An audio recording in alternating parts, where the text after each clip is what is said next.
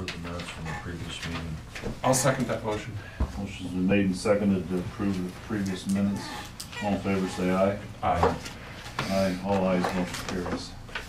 Any additions or corrections to the agenda? Yeah, Pat Larson called yesterday afternoon and asked to come in and address the board. She didn't give any kind of an agenda item, but I put her on there after the agenda had been posted.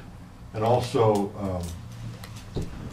Ron Hayden sent me a copy or a sample of a resolution to support the fuel tax increase. If you guys want to address that today. Okay. I'll make a motion to amend the agenda to include those two items. I'll second that motion. Motions is made and seconded to amend the agenda. All in favor, say aye. Aye. Aye. Aye. All ayes, motion carries. I'll move to approve the amended agenda. I'll second that motion. Motion's been made and seconded to approve the amended agenda. All in favor, say aye. Aye. Aye. Aye. All ayes, motion carries.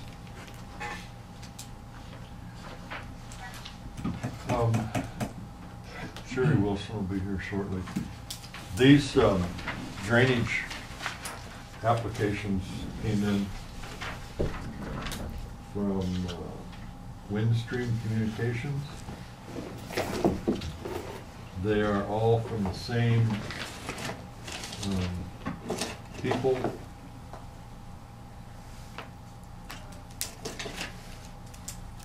I'm not exactly sure. They must be the same application. They're all in section ED 57, sections 1 and 2 of Iowa Township. And they have been approved by INS.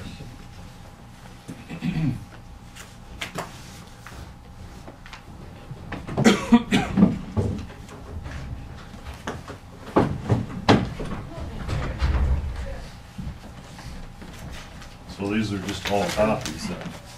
I believe so. Copy of the same document? Yes.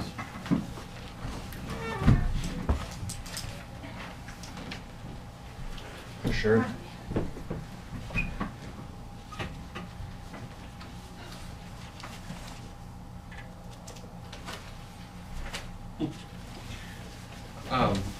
I will make a motion to approve the application for construction across established Sac County Drainage District of 57 in Viola Township, Section 1 and 2. For application applied for by Windstream. I'll second that motion. Motion's made and seconded to approve the application for the drainage district. All in favor, say aye. Aye. Aye. All ayes, motion carries. I think you have to sign those now. We have to make a separate motion. It's all the same. They're all the same document. So we need to make another motion. No.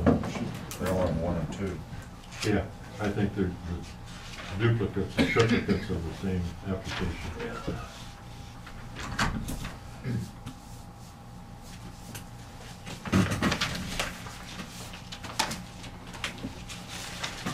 Find the sign page. Yeah, let's put the second one in, but I'd make sure there shouldn't be more than one. Should be just the one, yeah.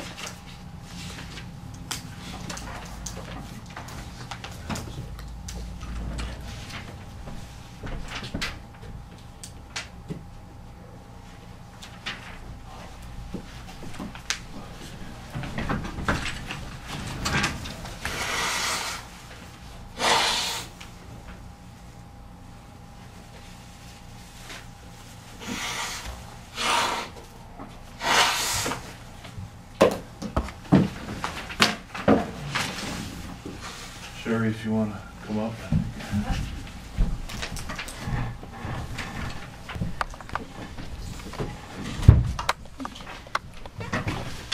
Richard Snyder's term expired on the Board of Adjustment on January of this year. I put an ad in the paper and no one that, to keep the gender balance, because we only got one woman on it. No women applied, so the only one that applied was Russ Russ Haas. Haas? Okay, I don't know. Yeah, I know him. he'd be a good candidate. But he applied, but Richard Snyder would also be willing to stay on. Oh. So, it's up to you to figure out who you want to keep on. I mean, Richard stayed, you know, has showed up all the time to meetings and stuff. I have no problems with him either, so. I Russ think- is an excellent candidate, but I think we've allowed those to stay if they've expressed interest. Yeah, keep that in mind, if, you know, might be a chance for us, there'll be an opening in the future. Yeah. That's what I thought. We it- could state you know. that Mhm. to communication with us, appreciate his. Okay. that's Because what he I would, thought he would said be in a, the note, just he to- would be a good person to have on any of these committees. Okay, I'm gonna keep him in mind. I never had a volunteer before, so I'm gonna keep the one I got. Yeah. Sure. So, That's the Board of Adjustment. yes. All right, then I'll just keep Richard on and send Russ a letter then, okay? Great. Thanks, Sherry. All Need right. a motion to appoint. It's What's it, Richard Snyder? Richard I'll Snyder. make a motion to reappoint Richard Snyder to the Board of Adjustment. I'll second the motion. Is that a 3-year term or a 4-year term?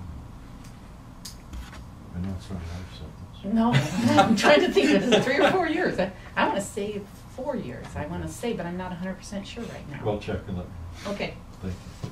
And be sure to respond to Russ and thank him, and that we would certainly keep him okay. in mind in the future. All right, that sounds, Thank you. yep, Thanks, you're Sharon. welcome.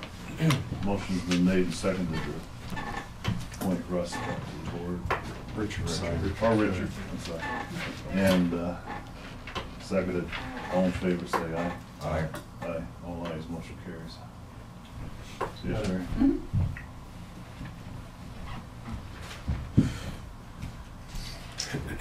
On the conservation board, Mary Schrader declined that, so I'll have to find somebody else that would be interested. I'll meeting Thursday, I'll tell Chris, he might have some ideas too. Okay, if not, let me know and I'll, Yeah, we'll keep looking, or keep thinking. Mary came up with one idea, but I don't think that'll work out, so.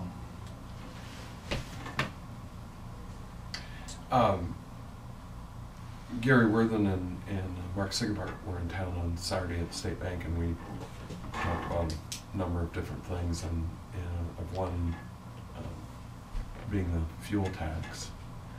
And Gary Worthen indicated that he had voted for that. I don't know if did Mark say what his I don't think position was? it's really come up in the Senate yet. Okay. Did he indicate what his position was? I don't know. that I Not heard- really. I don't think I heard him. He kept that pretty close to the vest. Okay. Talked about that some, talked about the mental health situation that we have.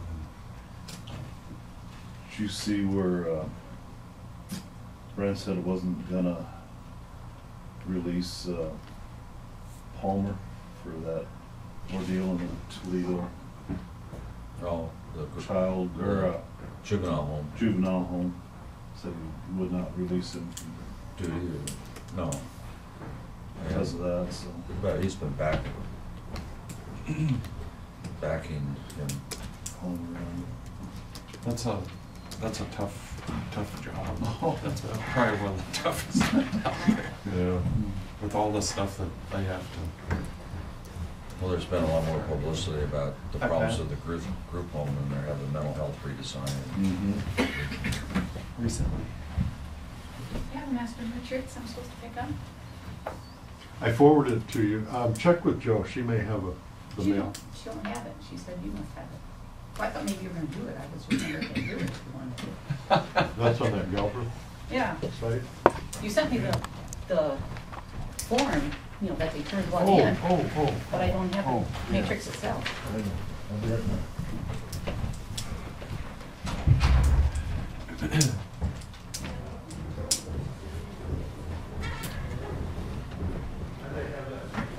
How are you, Pat? Good.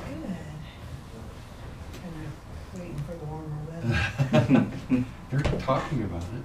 I know. So tomorrow it's supposed to be a heat wave. Is your heating bill like at your group homes? Is that propane or? Yes. They really improved a little bit. Yeah, it's Just don't really want to put on a sweatshirt. Well.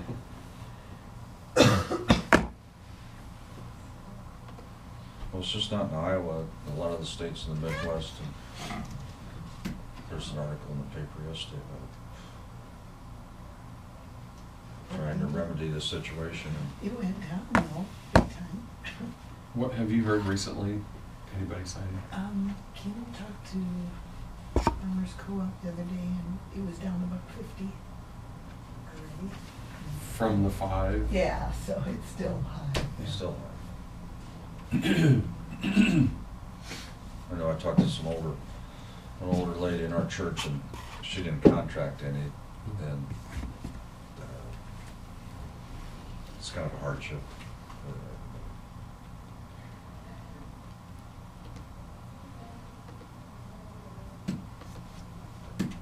I had talked to our supplier, not real recently, but they have adequate supply now. It's not that it's not here.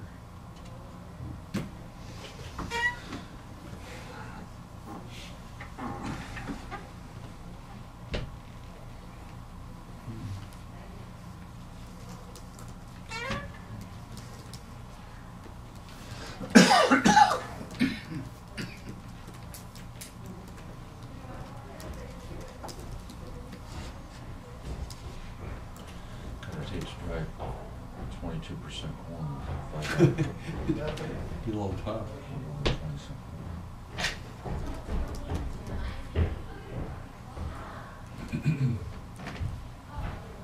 Sorry about that. You can come forward if you want to, Pat, I just have, unless you're waiting for somebody else to come or something. I just have two things. I just wanted to, if you could give this to the solid waste, they had asked Okay. about it, Yeah, the vacation. okay. How was that? I wonder, And then I wondered if, what's coming with the Rolling Hills region.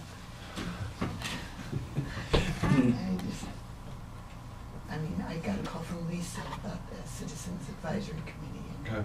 I had said I'd like to be on that, but I was just wondering what's happening. Where with the current status, I'll do my best. Okay, just shorten version. We submitted a 2080 arrangement to DHS. It was rejected because of the financial piece. There's disagreement about whether they have the authority to administer their interpretation of the fact that their interpretation is that all funds of Fund 10 are under the control of both levy and reserve funds of the governance board. Okay. Several of our 6 counties don't agree to that, mainly because of having significant reserves. So on Wednesday, tomorrow have a meeting again at 2 o'clock. 2 of the state gals are coming out, Jan Hikus and Julie Jetter, to try and sort through it again to get acceptable language, to make that an acceptable arrangement.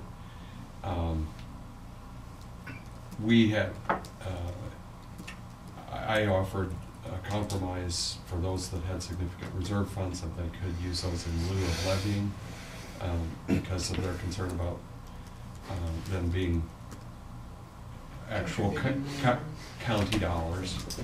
We've had some discussion about the fact that it's now changing to a per capita system, which is 4728.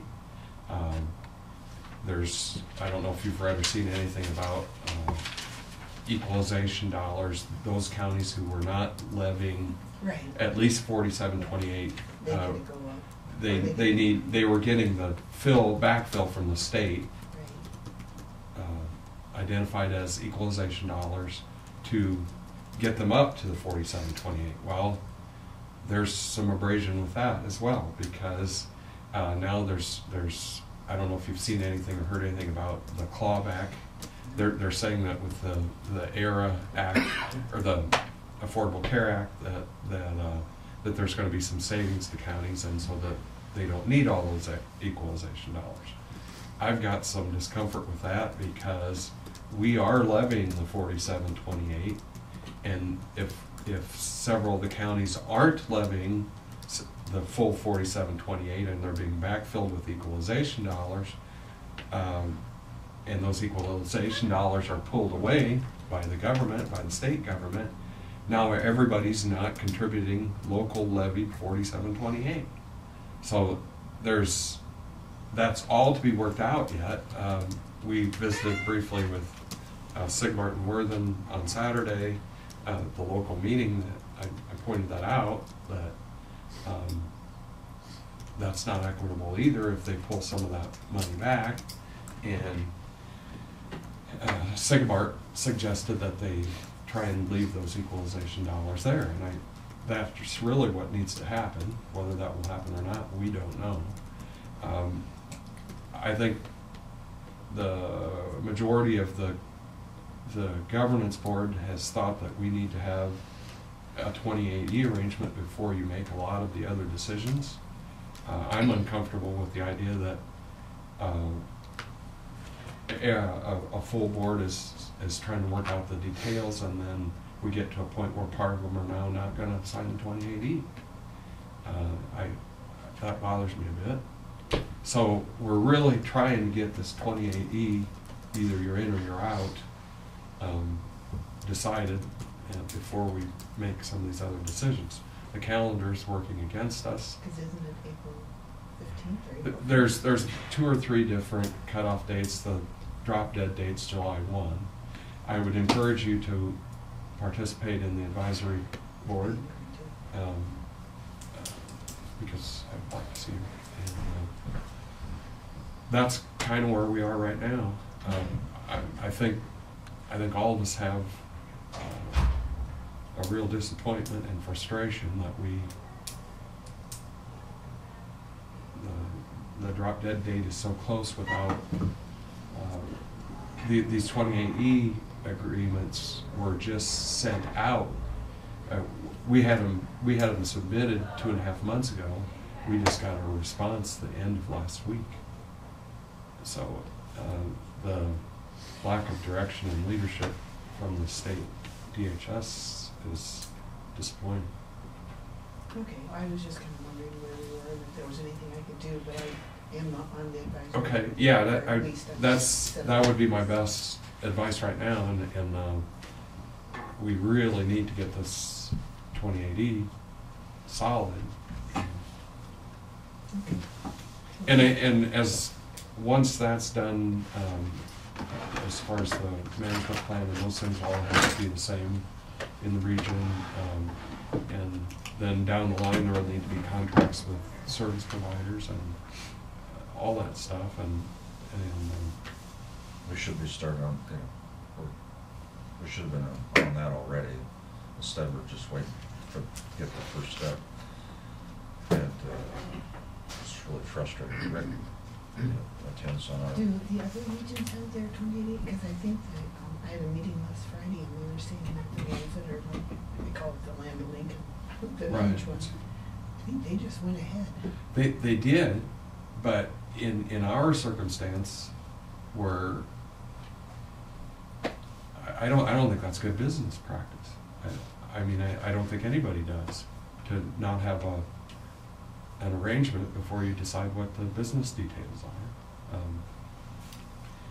They have been operating. I think those who just were submissive and said we'll do whatever DHS says probably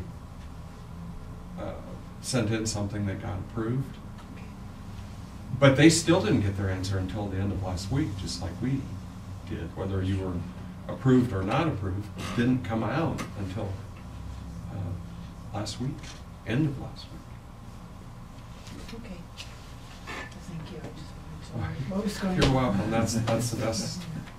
And if I need Yeah. to come to that meeting, just let me know. Well, I'll let you know. Okay, I'll let you know a week in advance. okay, that'd be great. Yeah, we brought it up at the meeting and the board decided they wanted to receive the breakdown between, of that 17th, what was vacation, and what was year-end, normal July billing, and that spells it out, so. Renee or myself will let you know. Okay, that'd be great. Thank you. Thanks, Pat. Thanks, Pat. Guys.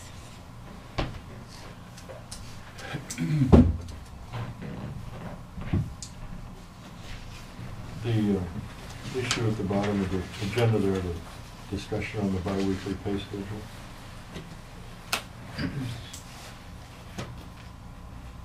What I got left. That's the engineer.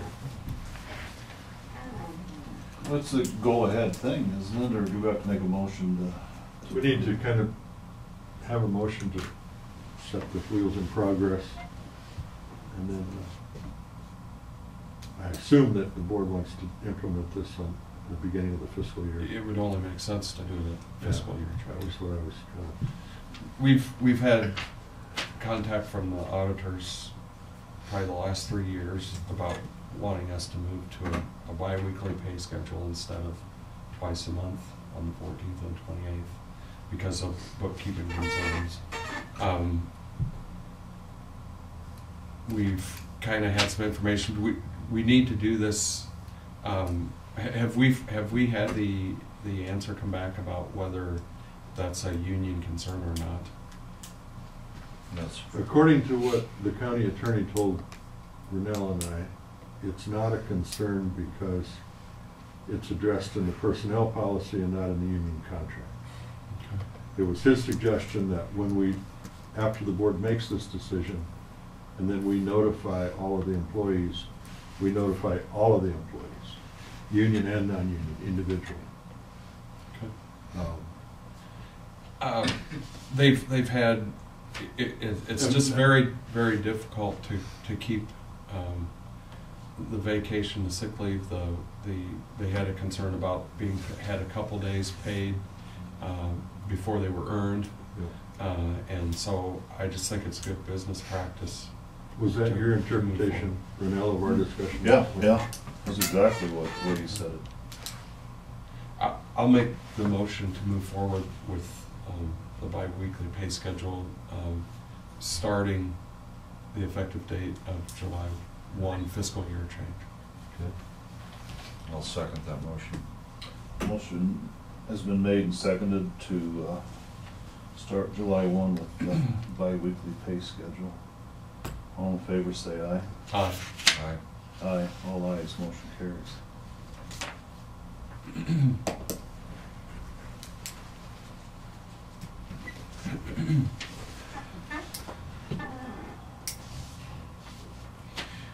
Pat, on the mental health piece, have you had any information or as far as providers, have you met with other providers to have discussions about what will be offered or how you might work together? Well, I'm in this group with Faith Open Charity and Genesis and British Sheltered Industries and ESCO and Carol Newholt. And every one of us offers so many different, like Storm Lake offers vocational because their county pays for it. Carol, their county's paying for it. Our county doesn't pay for contracts, so there's a discrepancy on fairness, what is offered. And Right. I would hope that maybe when the region gets solidified, that there'd be the same services offered to someone who lives here as there lives. There will have to be. Yeah, and there That's isn't not- right now, so I was hoping that will become up the conversations. But everybody seems to, it's gonna be a good thing, I think. I hope. I just want everyone to have access to services. And I think I think this can work effectively if we're given the right Oh, I think so. opportunity. I mean, both meaning time and the ability to make it work right. And The, you know, half the counties have county case management and half DHS. And, you know, we think that can work fine the way it is. You know, we're not advocating, you know, we would like to keep county case management. But I'm not sure that will have to be changed. And that's another big obstacle and or decision moving forward. Those that have DHS are getting along fine, and those that have local case management seem to like that. And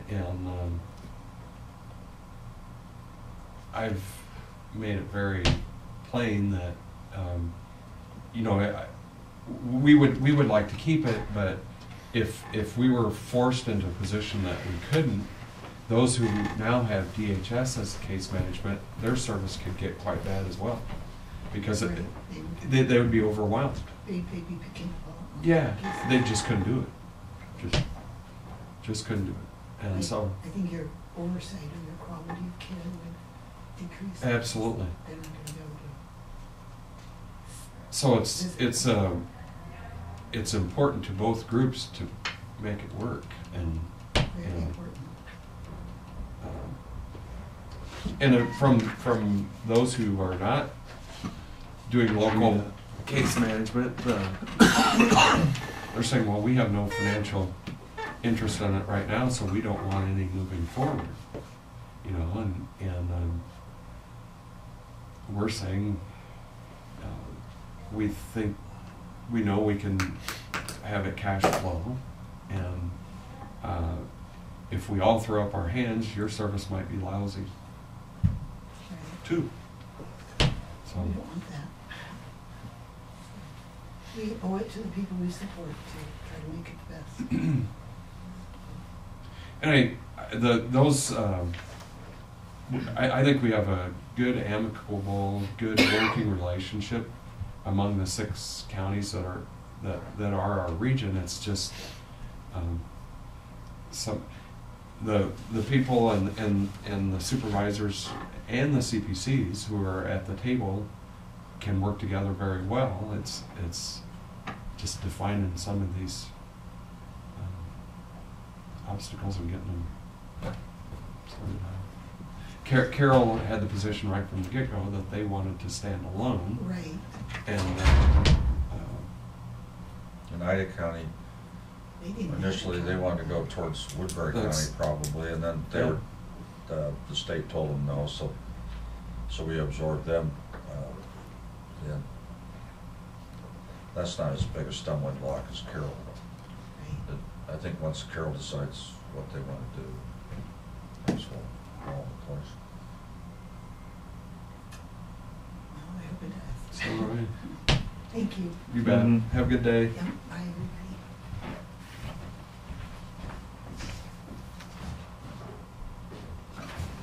We'll go into recess.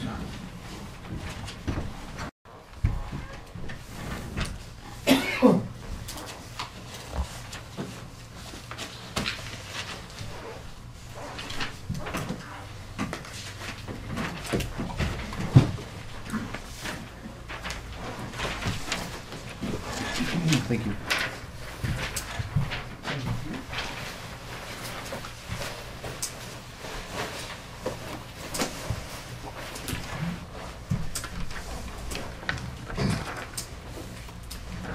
County crews, sanding roads as needed. Retention salt stockpiles, laying washboard areas on gravel roads, I guess when the weather permits. Scheduling employees to attend excavation safety awareness program.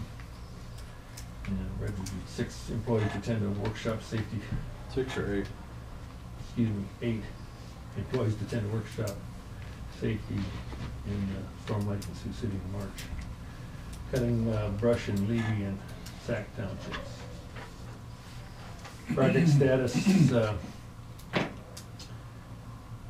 We did get the bid packet from DOT, and I reviewed the bid tabs, and we're waiting for the contractor to sign the contract and return the bond and the certificate. I guess I did print off one copy of the bid tab if you want to look at them. The only number that, a couple numbers, I guess, that you saw quite a bit of difference from one contractor to the next. Removal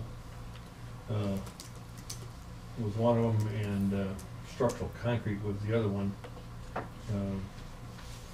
Low bid, his removal was $140,000.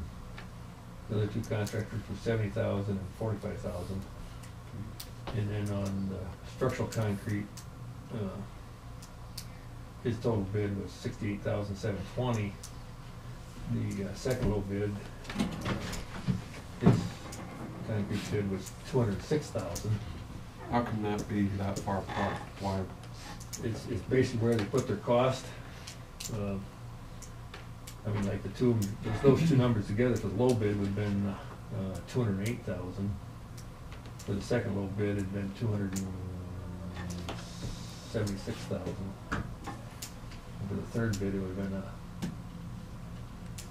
$166,000. That's a huge. Whenever you get into a rehab project like this, where they're tearing a bunch of stuff out and then building it back in, there's a lot more unknowns. The one contractor obviously put more of it in the removal and less of it in pouring the new. 400 probably. I think the Calhoun and Burns, I think their number on the concrete was $550 per square yard, and his was $400 per cubic yard. And so he was under as far as the placement of new concrete, but he was, over on the removal side. The other number where you saw the variance between all the contractors is mobilization, moving in and moving out. Low bidders was 70,000. Second low bidder was 78,000, and then Graves was 200,000 for mobilization. So, but you got the two low bids were within 2.5% of each other. So, in the total wise, it's just where they put the money in the bid. But that has been sent to Christensen, and they'll return that along with their bid bond and certificate of insurance, and they'll bring that to the board for the board's approval when we get that back. Nothing new on the white topping, that'll be in the March letting. Item 3 there, review resolution to support fuel tax increase. I don't know, did Jim? Yeah, we Yeah. read through it. Okay. I basically took the ISAC one, everywhere it said ISAC, I changed to Sac County. And then the one 4as they had in there,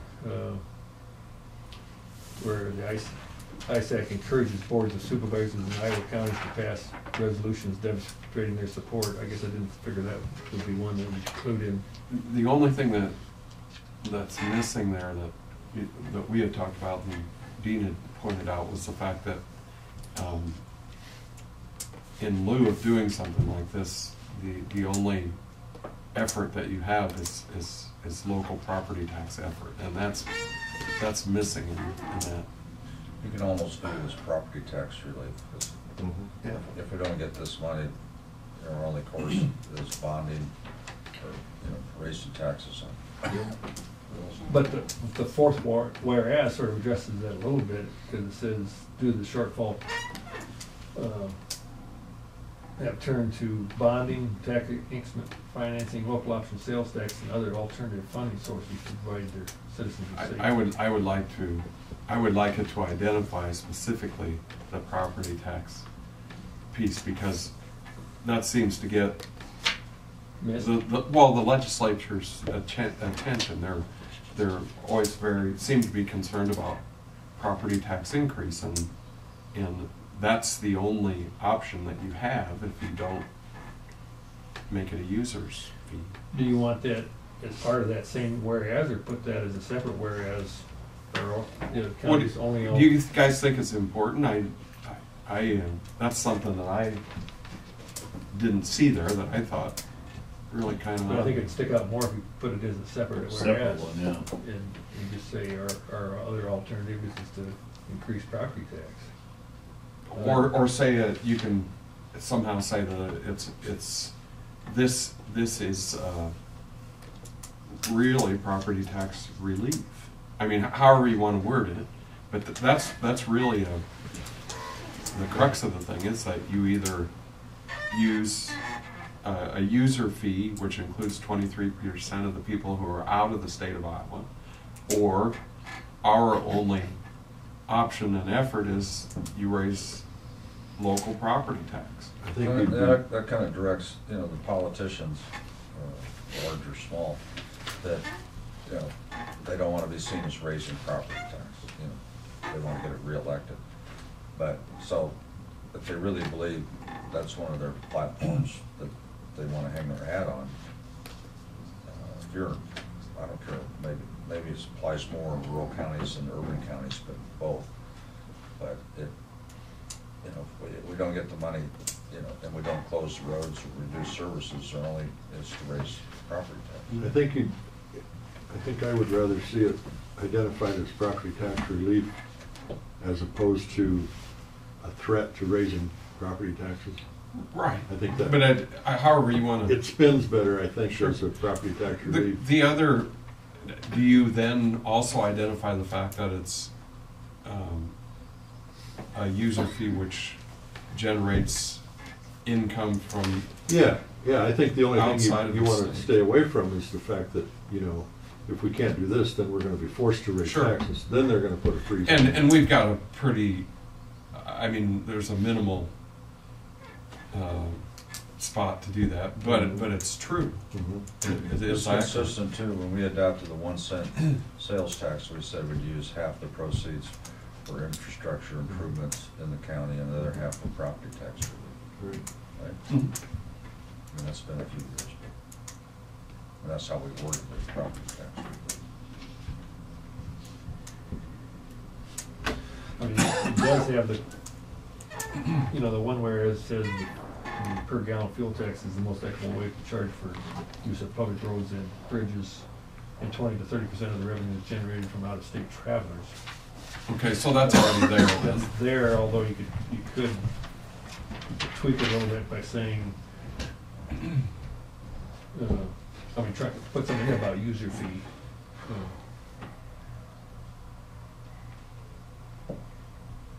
If you wanted the user fee language in there, you could add that to that one somehow. You want me to make a stab at trying to do that and send it to Jim and have him review it, and maybe you guys around, you could look at it too, or Sure. Or you guys want to make a stab at it? That's all very good. You can just add that. Okay. It hits a lot of the points. The only one that wasn't there is what we talked about.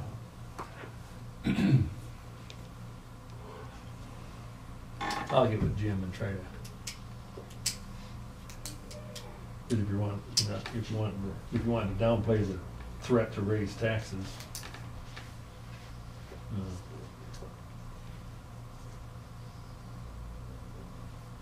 and say more that the fuel tax increase is in effect a property tax relief. Mechanism.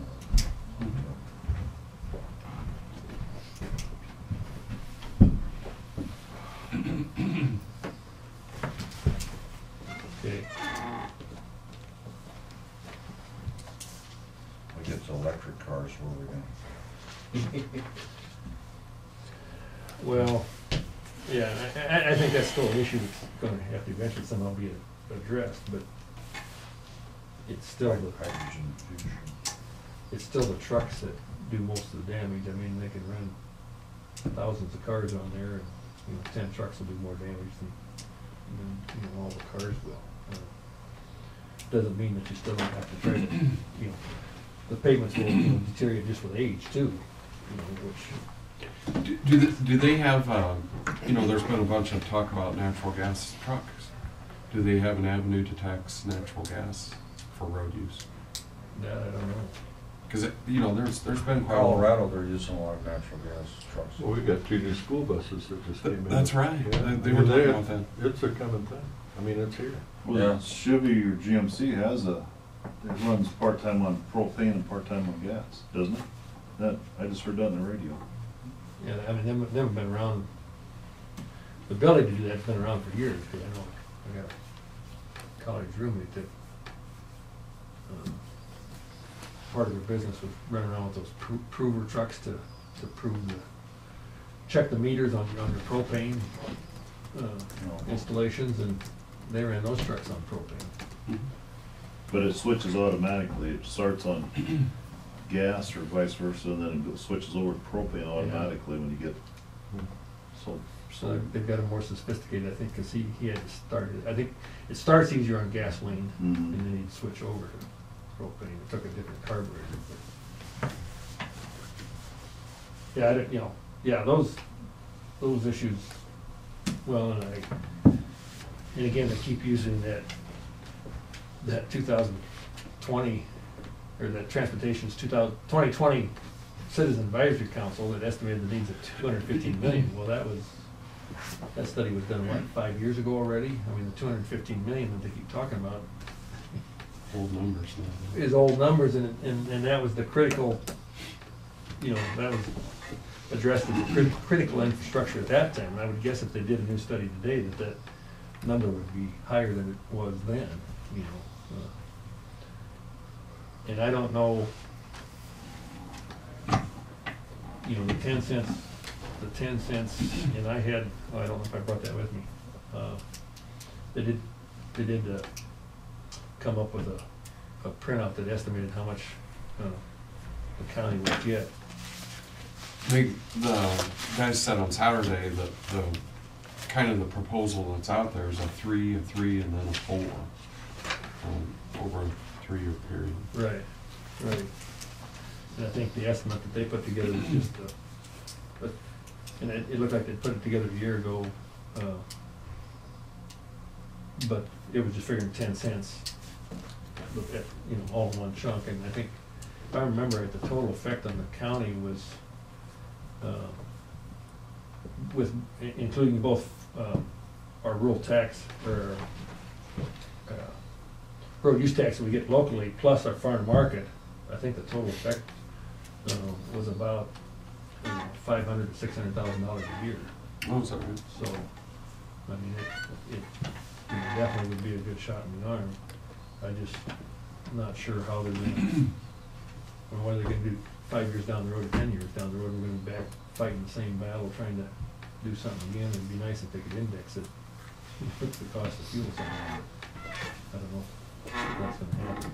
But anyway, I will try to make some changes to that and send it to Jim then, and we'll be talking about it next week.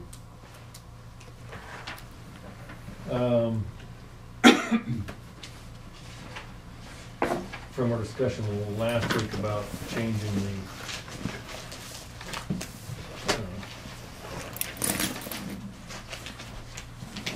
or I should say, not raising, keeping the rural property levy the same at 260. I made the changes in I just changed this one sheet that shows the DOT side of it. I think I should check with you guys. I gave you a copy of my budget sheets, didn't I? Do you, I should check with you to see which one of those you've got, which version, because I think I gave you one when I first met with you, and then I revised it and changed some numbers, but mainly in the administration and engineering area. And I don't remember if I gave you those new sheets, I thought I had, but We also didn't agree on the new equipment dollar amount that's in there either. yeah, I We noticed that. you know, and you know, I guess we could sit and have a long discussion, and I visited with Mike a little bit about that yesterday. One thing I think, I did look back and look at what the equipment costs have done to us, you know. 15 years ago, we might buy a motor grader for $170,000. In Calhoun County, we just bought a new one, not an all-wheel drive, just a 140 M2, and it was almost $290,000 with the cash price before trade. You know, so that's about a 70% increase in 15 years. So about a 5% a year increase. Trucks have done similar things. I looked at our Sac County, the truck we bought in 2000 for snow removal was $102,000, and in 2012, the truck we bought was $178,000, for about a 74% increase. And again, a little over 6% per year cost increase. And one thing I'd like to do is go back and look at the numbers that we budgeted in the past, what it bought, you know, for equipment each one of those years. And I think I'll find that, you know, we're buying less pieces of equipment every year, and so our the other thing I was going to look at was what the age of our fleet of different pieces of equipment has done over those years, and I think you know, the amount we put in there that we budgeted for new equipment isn't keeping up with the increases, and so our fleet, I think, is slowly getting, you know, more age on it. We've got the best fleet in the area. Mike does a lot of work at keeping it looking good, and sometimes I tell him he's making it look too good, you know, because sometimes the paint job, you know, covers up some of that stuff, but. As far as when we visit with other people, especially in the road grading piece and the road grader, we are not running them near as long as a lot of Some other counties are areas. buying our used ones. I mean, there's not our used ones, but, Sometimes they're buying used ones. well, a few, I mean, they refurbish them, but, yeah, I think we're gonna have to hang our head.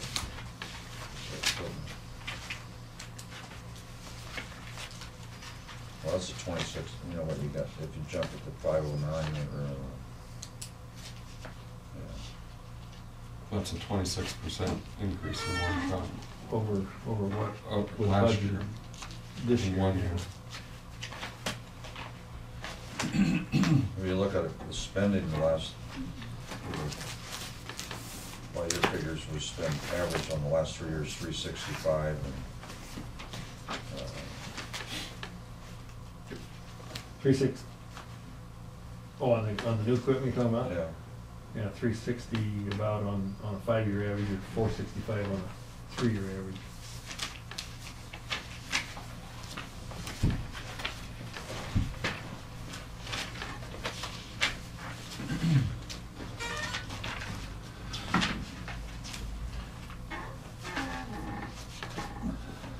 With 11 I didn't- being the big one. I must not have given you guys the copy of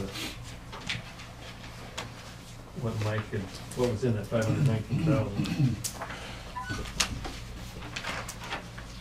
I think we talked about it, but I don't know that I gave you.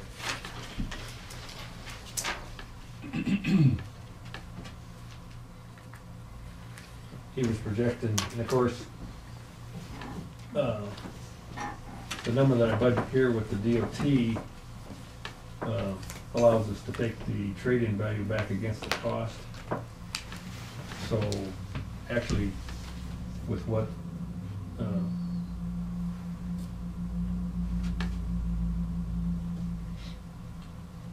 I've got The number I've got there is with the trade, is the net trade, the 519. And, because what he was looking at was a new truck with snow equipment for outright price of $202,000 or a trade price of $190,000. A motor grader at $332 with a trade of $247. And then he was looking at a couple pickups, 3/4 ton pickups to pull the trailers with. That's obviously a 4-wheel drive grader again, and we had the discussion about buying 4 of them, and then that we didn't need to continue to buy 4-wheel drive graders in the future. We were Right. wanting to get one in each corner, and not needing Yeah, I to think- do all the replacements at 4-wheel drive either. Yeah, I think you're right, that does look like, And Mike was part of those discussions. I don't know if he agreed with it. I think- You heard us say it. I think, well, Calhoun County just bought a new motor grader, and it's the interim tier 4, they call it. And we just paid, the list price started at $288,432. And when the tier 4s they're gonna quit taking orders for the tier 4 interim here pretty quick. And the cat salesman was telling us the motor cost is probably gonna be about 15 to 16,000 increase plus other changes. He was estimating about a $20,000 increase, so I'm guessing a new motor grader list price is gonna, or I should say list price, cash price for us is probably gonna be about $308.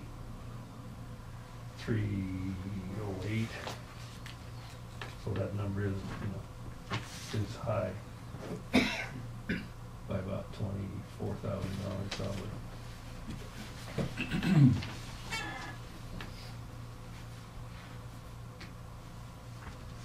So if you take 24,000 off of there, trade price would probably stay about the same, so you take about 24,000 off the new price, would give trade or net down to about 223.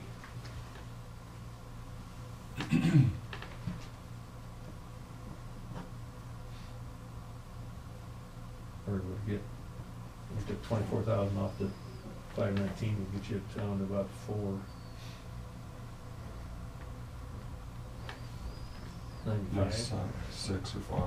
95.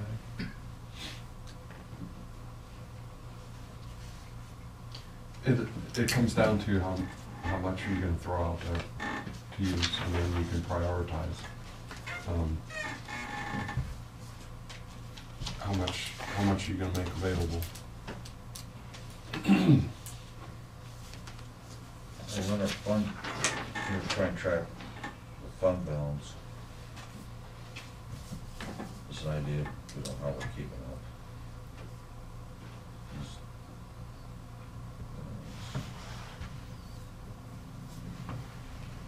Auditor's balance 13 is 4,275. The estimated 14 is gonna be about 500,000 less. I don't know if that's because of road projects. Part of that is road projects. Part of it is like increase the bridge and culvert funding, some to allow both some additional road maintenance work, and also another, I think I had some more money in there for culverts too, but not all that much, but because we did move the 50,000 that we had stuck in construction project for last year. I moved that from construction to maintenance. That's why you notice on the line that says, 710, bridge and culverts, in past years, we've spent, well, you can see an average of 83 to 64,000. And this year, that's budgeted to 190,000 because of the extra 50,000 we put in there for culverts that we took out of construction. So that number went up last year significantly.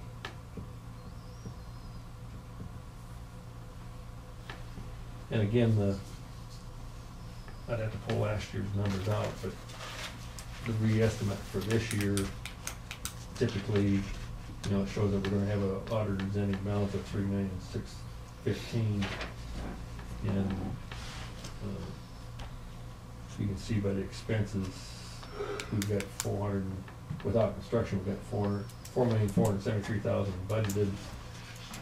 Last year we spent just over $4 million, so I'm expecting the expenses to come in, probably $400,000 less than what's listed there, so that would increase the year-end audited balance. Plus, I was trying to remember on the construction, what I had in for construction, whether any of those would.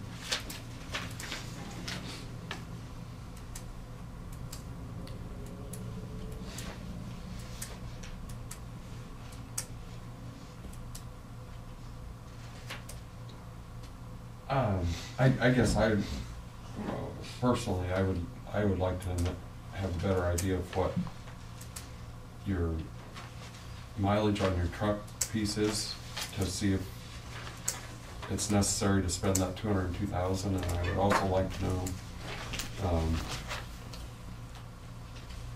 what the hours are on the maintainer that you're Letting go. changing out, and then follow up on the idea of whether we now have our four-wheel drive units or not. I think we do. I think the last one got us the fourth one. I think so too, I'm not positive. Yeah, I'll have to check that out too. How many total trucks do we have? With snowplow equipment on them? Yeah.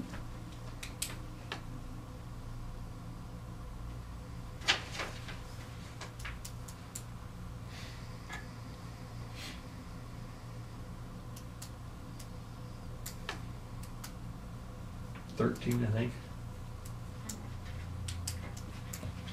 And 13 or 14 maintainers, I think it's 13, I think. and a spare.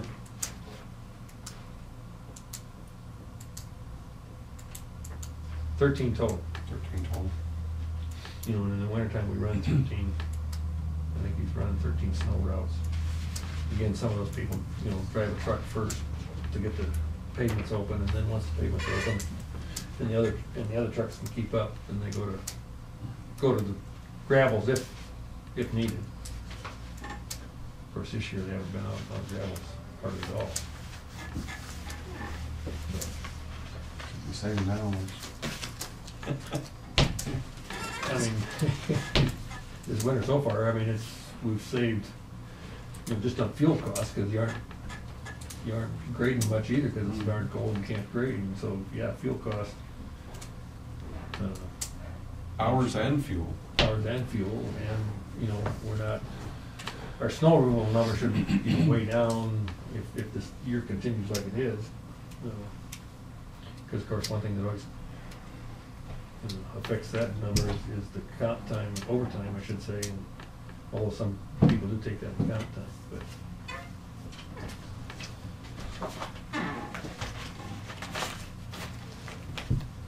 What do you think? Yeah, I'd say that 519, that's on the high side. You want me to take that 24,000 out, that looks like he's I'd got it say in for try and get it down to the 3-year average, I guess 365. I'd say, if you can. to take it below what budgeted last year, then you're saying? What do you, you know, I guess it just comes down to how many dollars you want to throw out there and then prioritize. And there are times that we probably don't have to have our road grader every single year, and you probably need to plan for that.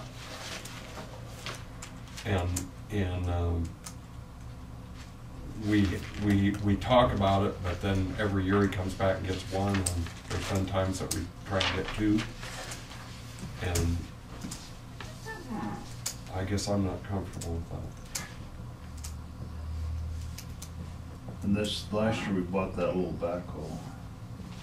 That track excavator, Oh, or yeah, mini excavator, yeah. yeah. And trailer, 3/4 ton pickup to pull it.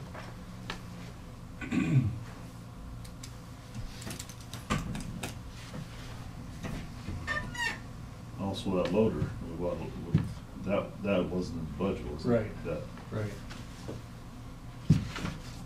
Last year we bought a motor grader, well, we paid the balance on the one we ordered that came in before the 1st of July last year. We paid the balance off on that one, and then bought the truck tractor and the mini excavator and the loader. Payload. Yep. How much was the payload? $176,000.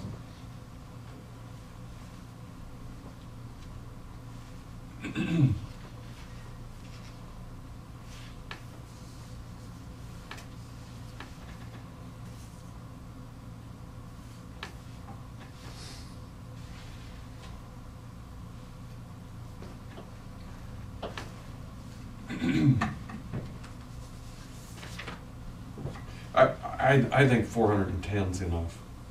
I'm not in favor of giving any more than what we've got last year. Okay. I'll change that number to 410 on the. What do you think, yeah, Mel? I agree. And I guess if we have issues with a piece of equipment, you know, we can always come back and this is what's happening. You want us to fix it or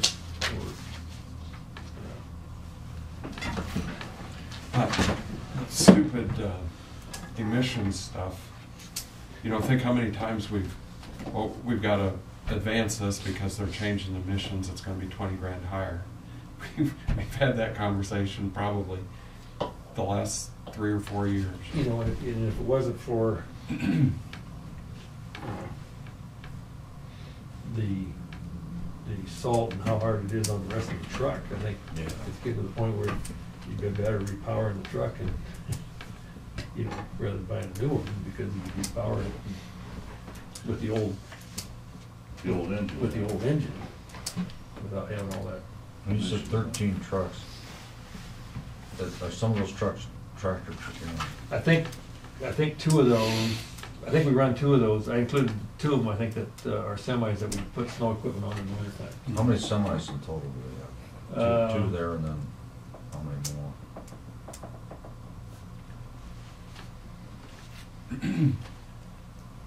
The list I've got doesn't call out which Yeah. one's which, but I think we've got 3. 3 tractors. Yeah. And 2 of them. I'll take that back, I think.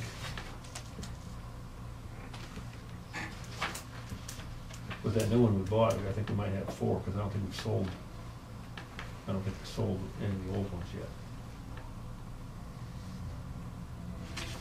I've got an old equipment list here. I need to get an updated list. Thank you, But I can Ron. change that to 410, and I need to get you a revised revenue sheet too. Take that tax in. Item 5 there, the Bridgewater Raccoon, we did some letters out to Tom Reman and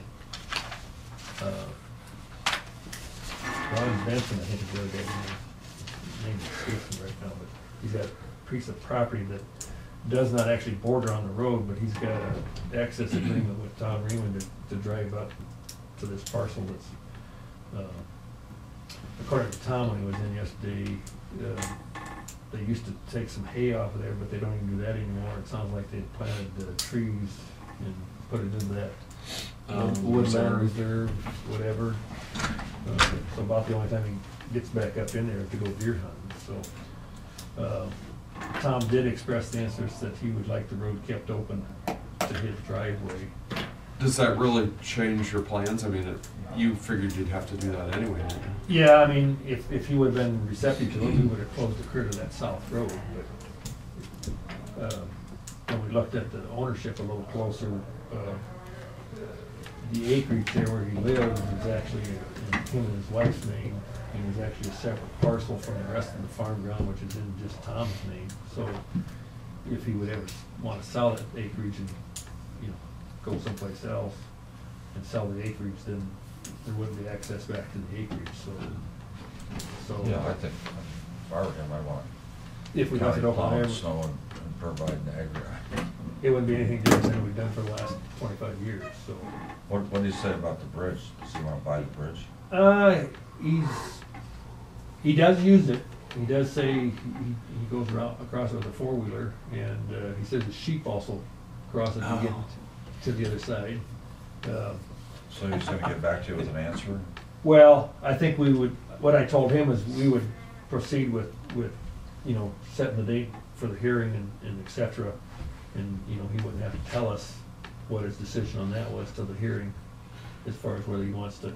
But how does that change our position? I mean, our position has been that either we have interest or we have to remove it, right? Right.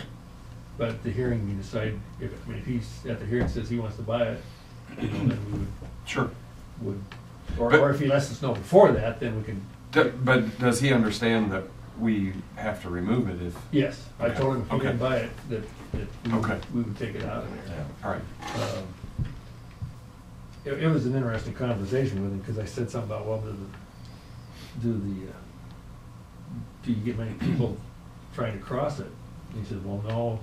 He says there's more issues, and I don't know how many times it happens, but apparently canoers once in a while will stop, and it's easy on the northeast corner of the bridge to go off the bank and get on the bridge. He says they jump off the bridge into the river. He said one day he saw a guy crawl up, this is an old pony truss on the center span, so he crawls up on the top of the pony truss and does a back flip Oh, off jeez. the top of the bridge. That makes me all the more interested in getting rid of the structure down there. But it's, you know, under the scenario where he buys the bridge, we put up a big barricade, don't we? I think there's already barricades there Okay. that I But think, it's there, then we maintain it. I think the only thing he gets around it right now with is, he goes around it with a four-wheeler. Because we gotta have that barricade for our liability. There's a Well- road closed, dead end road sign and the bridge closed. I mean, you don't want people thinking they can get through on that bridge. Right. They see a four-wheeler sheep going across it. They wanna protect, I guess whatever we've done in the past, Yeah. all the same. But it sounds like there hasn't been anybody trying to drive across it or get out even on it, but other than the canoers. But So you're not gonna vacate that road? we'll vacate it, and I didn't bring that map with me. We'll end up vacating about a half mile. I think it's about a half mile there from where, His lane is to the bridge. well, there's a shorter distance there. There's more actually distance on the north side, from the north side of the bridge to where it ties into the existing gravel road. I think there's probably almost 3/8 of a mile long quarter on the north side of the bridge. And It'd be the northeast side of the bridge? yeah, and it sounds like he would want to keep that. Right now, he's got a fuel tank, but he's got an irrigation pump that sets off. He's got it set right on the one corner, right down by the abutment on the bridge. And he's got a fuel tank back in there that I don't know if he has his fuel truck driver back down in there and fill that tank, or how he gets fuel to it, but he's got a fuel tank that runs that irrigation pump. So it sounded like there probably wouldn't be any road bed to, a lot of times when we take the road, we obliterate the road bed, but I think in this case, with the way it's being used, he said the only one place that he would gain a little bit of farm ground, and there's a row of power poles there, and he didn't wanna farm around the power poles, and I doubt, since the REC, he said just rebuilt that as part of that FEMA projects, because there is a power line goes down across here. I don't know that FEMA, or the REC, we haven't talked to them, of course, but they would get a notice when we set a date for the hearing, but whether they would have any way they can back feed that a different direction so they didn't need access across there, I don't know.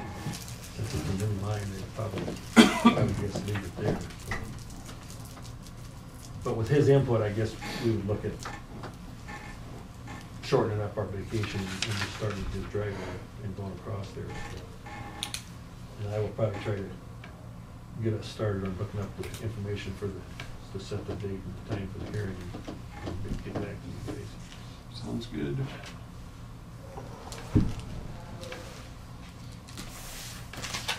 I'll move to adjourn.